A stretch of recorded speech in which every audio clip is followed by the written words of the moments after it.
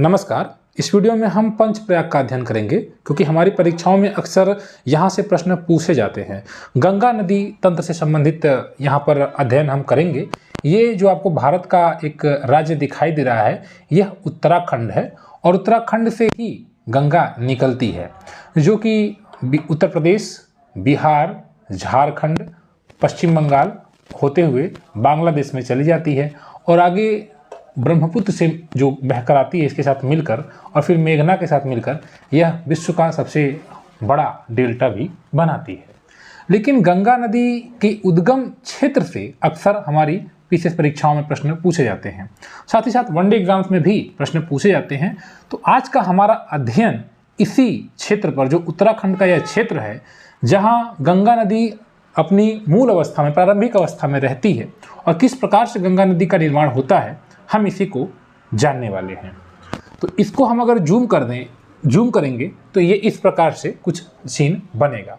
आप सभी जानते हैं कि गंगा नदी हिमालयी क्षेत्र से निकलती है। यह पूरा का पूरा हिमालय लगभग 2500 किलोमीटर की रेंज में फैला हुआ है। जम्मू कश्मीर, लद्दाख होते हुए उत्तराखंड, नेपाल, ये सब, हिमाचल वगैरह, सिक्किम वगैरह सभी क्षेत्रों में आपके हिमालय का विस्तार है। और हिमालय की 3 श्रेणियाँ भी आप समझते होंगे, तो जिसमें आपने बृहत हिमालय, मध्य हिमालय, शिवालिक श्रेणियों का जानकारी लिया है। इस चैनल के द्वारा वीडियो बनाई गई है। हालांकि ये जो बृहत हिमालय के क्षेत्र और उसके बाद जो मिडिल हिमालय है, वहाँ से इन 2 नदियों का जो आपको दिखाई दे रहा है, यहाँ पर मैं आता हूँ। सबसे पहले आपको ये समझना होगा कि बहुत ऊंचाई पर जाने पर जो जल है वह बर्फ की अवस्था में, यानी कि ठोस अवस्था में रहता है।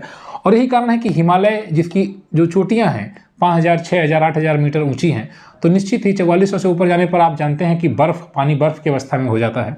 तो यहाँ पर बर्फ की अवस्था में रहता है और ये पिघलता है। ये सभी के सभी बर्फीले क्षेत्र हैं, ग्लेशियर जिनको आप बोलते हैं। तो उत्तराखंड में 2 नदियाँ आपको याद रखनी है, ये भागीरथी है और ये जो दूसरी नदी है जो ज़्यादा महत्वपूर्ण है, ये अलकनंदा है।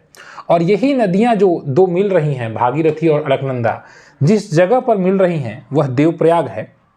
और देवप्रयाग में ये भागीरथी और अलकनंदा के संगम में ही यहाँ से फिर गंगा का निर्माण होता है। अक्सर हमारे पीसीएस की परीक्षाओं में प्रश्न पूछा गया है। जैसे एक प्रश्न पूछा गया है कि गंगा नदी उदाहरण है किसका, तो इसमें 4 विकल्प भी दिए गए हैं, पूर्ववर्ती, क्रमवर्ती, अनुवर्ती। तो आप ये समझ लें कि पूर्ववर्ती नदी उस नदी को कहते हैं जिसका बहाव गंगा हिमालय के बनने से पहले से रहा हो। जैसे ब्रह्मपुत्र एक ऐसी नदी है जिसका बहाव पहले से ही है, हिमालय के बनने से पहले से।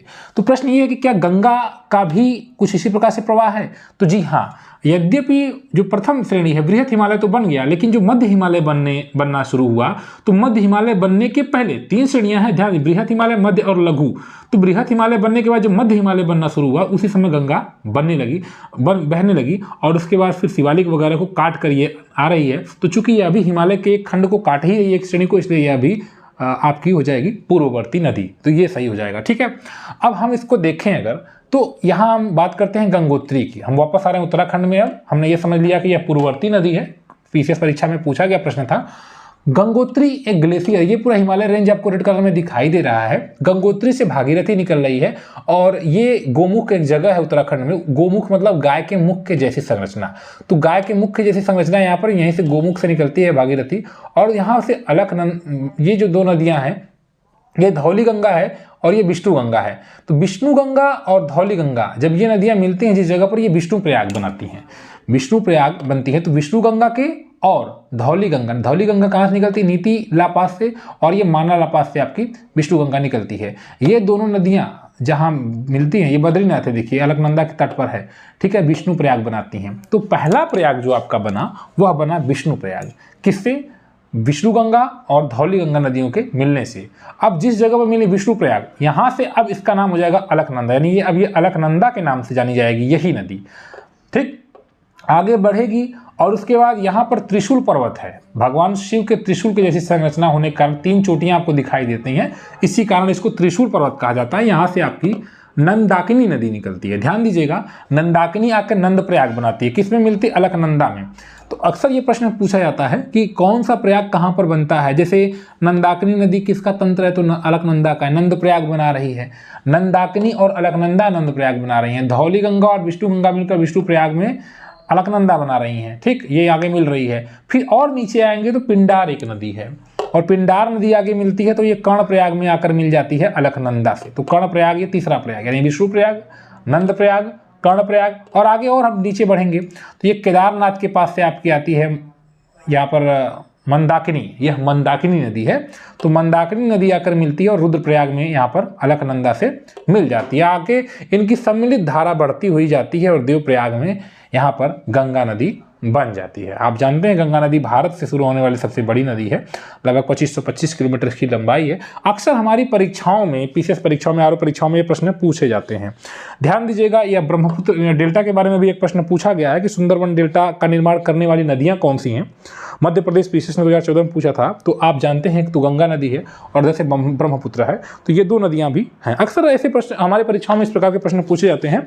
मैं इसको आपको कुछ उदाहरण बता रहा हूँ, आप इनको देखें। उत्तराखंड पीसीएस ने एक सवाल पूछा है कि मंदाकिनी नदी किस जल प्रवाह अथवा मुख्य नदी से संबंधित है। तो आप बताएं कि मंदाकिनी नदी किससे संबंधित है। आप देखिए मंदाकिनी नदी यहाँ पर है और ये अलकनंदा संबंधित है। इन्होंने 4 विकल्प भी दे रखे हैं, अलकनंदा, भागीरथी, यमुना या फिर धौलीगंगा।